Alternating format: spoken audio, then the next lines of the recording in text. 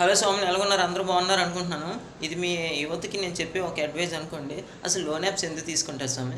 నాకు అర్థం కాదు. అసలు లోన్ యాప్స్ తీసుకుని ఆ లోన్ యాప్స్ కట్టడం వల్ల వచ్చే తలనొప్పులు మీకు అర్థం అవడం లేనట్టుంది. ఈ లోన్ యాప్స్ వాళ్ళు మీతో పాటు మీ తల్లిదండ్రులు కూడా లాక్కుని వస్తున్నారు తెలుసా?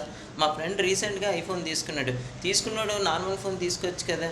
60,000 70,000 ఇటు ఫోన్ కొనడం ఎందుకు? నేను ఇప్పుడు షూట్ చేస్తున్న ఫోన్ కేవలం 10,000 మాత్రమే. ఇలాంటివి ఒక 10 ఫోన్లు వస్తాయి.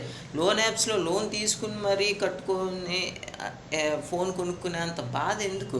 నిజంగా లోన్ యాప్ ఎవరికి? Rotation wise. ఇప్పుడు నేను ఏదైనా ఒక ఉద్యోగం చేస్తున్నాను అనుకోండి, నాకు నెల అయ్యేసరికి జీతం వస్తుంది, ఆ నమ్మకం మీద లోన్ యాప్ తీసుకోవచ్చు. అది మన తాహత. ఇప్పుడు నాకు నెలకి 10,000 వచ్చే శాలరీ అనుకోండి, నాకు ఇంచుమించు 2-3 వేలు దాకా తీసుకోవచ్చు. అవసరం మనిషికి అంతవరకే ఇస్తుంది.